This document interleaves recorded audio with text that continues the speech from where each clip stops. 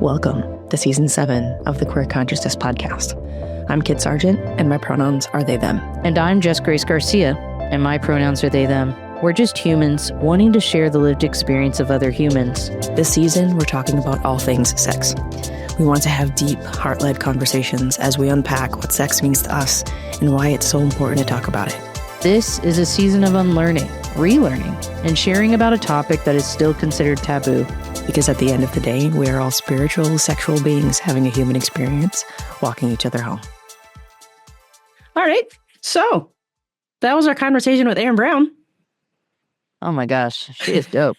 She's so cool. I've been following her for a while. I actually started following her through Whitney Miller for BDE Moves. Oh, yes. Yeah. Yeah, so she had a live, Whitney had a live with Erin, and then I looked into Erin because I was like, she seems pretty dope, and so I started following her socials, and then she has a podcast called The Lesbian Peep Show, and it's very, very cool, and I love listening to her talk about just like being a queer woman in her 40s who's had a lot of lived experience doing other things, like she's talked about in our episode, and just being able to like be open and share. And she's also like really good about bringing a lot of attention to the fact that like there are so many women in this world who don't have sexual pleasure because they're just like not comfortable with who they are as sexual beings. And she's absolutely more than willing to talk about it and brilliant about it as well. I like the way that she connects dots. I think that that's the thing for me is like, I found that, you know, I have a high respect for that because it's something that I think I do a pretty good job of, but I really enjoyed the way that she would, you know, tell a story or, you know, go somewhere and then you'd find yourself somewhere else, you know, and it wasn't just A to B or A to C. It was like, we're jumping a few different dots to get to this point. And she does a great job of that in such a succinct way, which I think is a superpower for a podcaster. She kind of, it's kind of like she leapfrogs, where it's like, instead of having to hit every lily pad as she's walking through this entire thing, she can just kind of like leap over to 3 or 4 different specific points. A talent. Oh, it's yeah. Definitely a talent. And speaking of hot 40-year-olds, it's great to collect more hot friends, you know? Like she is gorgeous and in all kinds of ways. Like you can just tell that she is an interesting, unique human. And I love that she's so open-handed with herself. Like it wasn't something that I felt like I needed to keep having to pry to get more information, to ask more questions, to want to know more about her. She just shared openly. And I thought that that was such a lovely, personality trait of hers, you know, a characteristic. Like, I'm definitely going to go check out her podcast and I wish I had listened to at least one episode before coming on, but in some ways I like when I don't do that. Because I am a deep diver, you know, that if I like, if I enjoy someone, I'm going to like hardcore listen to all their things and watch all their things. And sometimes that can impact how, my interaction is with them. Like when she was talking in, our, Patreon exclusive, a little bit about, you know, finding queer people beautiful and attractive and whatnot. That's for me, like kind of the key is like, it's like, okay, well, I tend to find these really unique, different humans that no one else knows is a big fucking deal. Yeah. And they're a big fucking deal to me, you know? So that's the only time that I'm going to be a little bit of a teeny bopper kind of vibes energy is when it's like this person that's like special to a niche group of people. Yep. You know, so definitely won me over. And I'm definitely gonna have to go look up her stuff. Yeah, she's great. And so that's why I was like, when I reached out to her, I was like, what's the worst she's gonna do? Say no? Yeah. No, and like I have no idea what her following is, but I would not be surprised if it's a big following. She just has really an open heart, and you can tell that. And you can tell also that she knows where her boundaries are. Yep. Which is really great. There's just a something I think that is beautiful about women who know themselves in their 40s and late 30s is often that there isn't like an unsureness about them. There's this like there's just like a foundational like comfort of like knowing themselves, and there's something that makes you feel safe and comfortable because they do, you know. And I just really, yeah, she made me laugh a lot, and I loved it. Loved it. Yeah, just a little bit of a share. It's been really interesting to me in the last couple, like the last probably 2 years. I always thought that I would want someone who was younger than me, just because I figured that like my youthfulness would always end up wanting me to be with somebody who's younger than me. Within the last like 2 years, I started to realize, no, I probably want somebody who's going to be older than me. Yeah. Not by a lot. No. But like definitely want someone who's a little older. Yeah. I can see that. It was just, but the funny thing is like, as we were talking throughout the episode and definitely in the Patreon exclusive, we were talking about like women in their 40s. Like for some reason, women in their 40s have just gotten insanely more attractive to me. And I don't understand why, because it has been just like this drastic shift where I was like, yeah, women in their 40s, they're great. And then all of a sudden I hit 38 and I'm like, no, like, have you seen women in their 40s? Like, oh my God. It's one of those things where it's like, you know, when you try to wrap your mind around, this is one of the ways that I feel like I've never been able to relate to men, is this idea that young people are more attractive, which is definitely a societal 100%. Yeah. Right? Young people in general, it's true for men, it's true for women. It's like, it's just, it's a societal truth. And I just never related to that. I never understood that because I was only ever like attracted to people that were either my age, around my age, or like older. You know, I found maturity, I found humility, I found like knowledge and wisdom attractive. Yeah. You know? And like, yes, of course, there's there would be like an old soul that cracks through every now and then, and you're like, like when I was in my early 30s and I would find someone in the early 20s attractive, I'd be like, that's a no for me. But at the same time, like, they're really, there's something about them that is really beautiful. And then all of a sudden they would show their age and you'd be like, okay, that's why. Yep. That's why that's a no. But also, yeah, you're hot. You're yeah. hot. But no, same. I never understood, because like I look at kids nowadays, you know what I mean? Like she said, she has a teenager, and it's like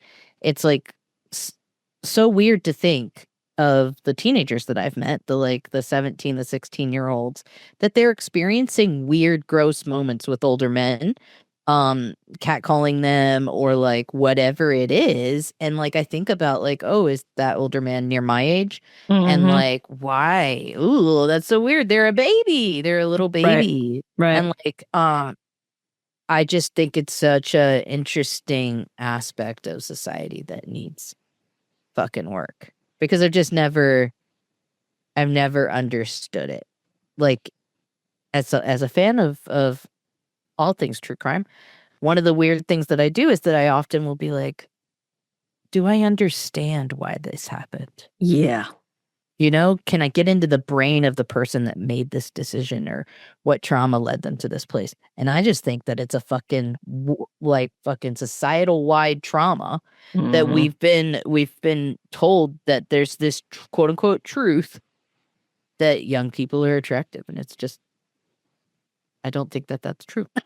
No, and like this circles back to the whole like patriarchy is bad for everybody, because patriarchy continues to uphold pedophilia, and I think that's why a lot of times there's just so much that you can dive into with that. But that's where I keep coming back to, is I was like, so many people are quote unquote okay, like they're fine with the fact that so many other people are attracted to young people. Yeah. Because the world is okay with pedophilia. And those of us that aren't are like, absolutely not. Like, I can, like, and this is where it's like, okay, don't get me wrong. There are going to be times where I look at somebody and I'm like, aesthetically, beautiful person. Because you can, like, but I can say that about a picture. Yeah. You can find someone beautiful and not attractive. I mean, like that's completely different. I find lots of men beautiful. Oh, but yeah. I'm not attracted to them. Right. So many times I'm like, I'll look at a guy and I'll be like, wow, your jaw was chiseled by Michelangelo. Like your face is proportionally perfect. Like just how you were, like genetics, you won the genetic lottery, or at least a good chunk of genetic lottery. But the thing is I'm like, again, I'm not legitimately attracted to you, but I can see something beautiful and go aesthetic. I like the aesthetic. We just went and watched You, Me, and Tuscany, which is it's a cute little, like, it's honestly like a fluffy, like almost like cottagecore kind of story. Yeah. And the leading man, he's the guy that was leading man in the first Bridgerton. Oh, John Paul, Reggae John Paul. Is that his name? I think so. Okay. Well, he speaks Italian in this, as well as being just fucking beautiful, right? And there's a moment where like he takes off his shirt and he's very wet. And these two lesbians are sitting in front of us, and we're sitting in the back, and I literally go on.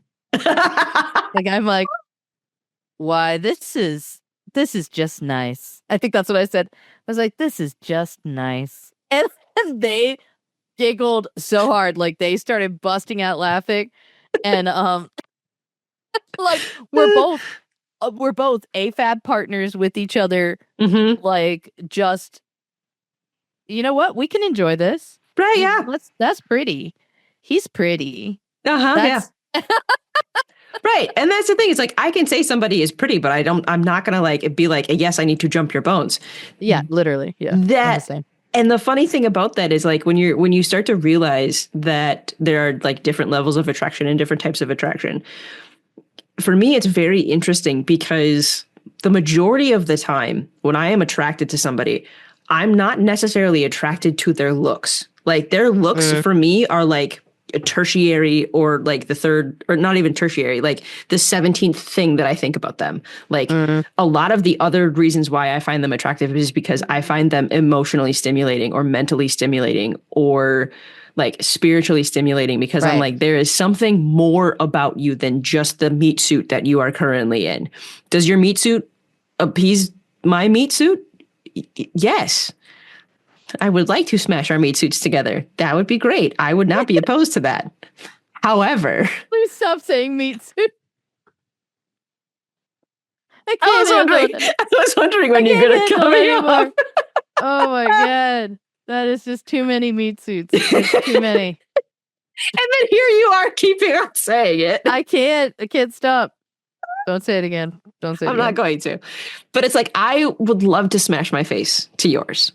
Yeah. Like, absolutely. Would not be opposed to that. And if we end up smashing more than just our faces together, wouldn't be opposed to that either. However, I am far more interested in how you are going to stimulate me mentally and stimulate me emotionally than I am even remotely interested in you stimulating me physically. Because your vibe is cool. I love your confidence. I'm attracted to the fact that you like radiate this energy that is just like, I know who I am. And I am so solid in who I am that anyone who comes around me is just like, oh, yeah. Well, and I think that's how I knew, like, I was in the long run always going to be partnered with a woman, because all of those things were always happening with women, but there was the added component of, I need to be close to you, I need to touch you, I need to all of those things. Yep. And I wasn't getting all of those things with men. Yes. Like I might be like really vibing and want to hang out and spend time with and all of those things. I might even just think that you're sexually hot. But at the end of the day, I didn't want all those things together with any one person. And every now and then I can relate to women who say, like, I found the one guy that for some reason I wanted all those things with. And I'm like, go you. That's dope. That's okay. I get it. But they often will say, I most likely, if this wasn't working out, I'd be with a woman. Yep. You know, and I can relate to that. It just didn't happen to me. Mm-hmm. I feel like that's what, if I had ended up with a man that I really wanted to be with, that's the way that it would have happened. Yeah. You know, but there would have still been a longing that I would have had to grapple with. Yep. A longing for women, and we would have had to figure out the same way that I've had to figure out life here. It just would look different. We would have to figure out polyamory. We would have to figure out how to meet that need. Mm-hmm. You know, but it is wonderful to meet someone who has been through quite a lot of things in their life and yet has this gorgeous queer confidence. Yeah. I'm glad you brought her on. She's awesome. Yeah, she's pretty great. What was your one takeaway from our conversation with Erin? Confidence is sexy. Yeah. Like when you know who you are and you are more than willing to share that with everyone, there is something inherently sexy about that because you don't have to fake anything. Absolutely. You are at your most authentic, you're at your most real, you're at your most vulnerable. And there is such a strength that comes with that. And like, you can also say that like confidence is incredibly strong as well. Yeah. I think I agree with you. I mean, like, it's what I keep mentioning, you know, and I think that, you know, open, vulnerable way of being, and also being confident is just like, thank you for, you know, giving us access to that. Like, it's such a treat. And I think it's probably what is so attractive about us, you know, like, I so often will say, like, I lead with my personality. Like, that's what I know people find attractive about me. And then I get surprised when they're like, you look hot. And I'm like, I look hot? Oh, thank you. Because I'm used to my personality being, because I've done so much work to get to that place of queer confidence, you know? And I love seeing different versions of that in other people. So for sure. That sounds like we're on the same page. Well, now I've got to go watch and listen to the Lesbian Peep Show. You do. It's really good. And so does everyone else. This is true. Go listen if you get a chance. Fantastic. Amazing. Until next time.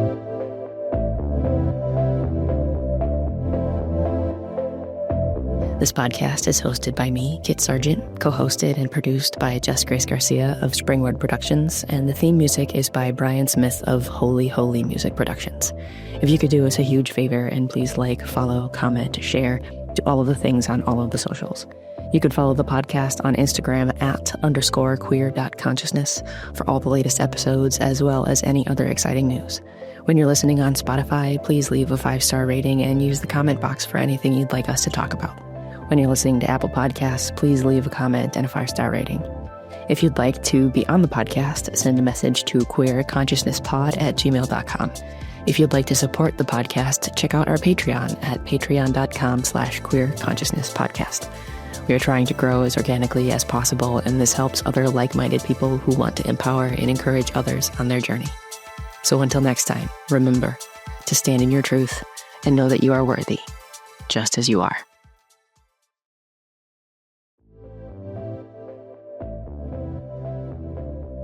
Hey friend, just wanted to take a quick second to remind you that if you or someone you know is struggling and don't know where to turn, the trained volunteers at the LGBT National Hotline are here to help. Because sometimes the strongest thing to do is to ask for help. The National Hotline phone number is 888-843-4564.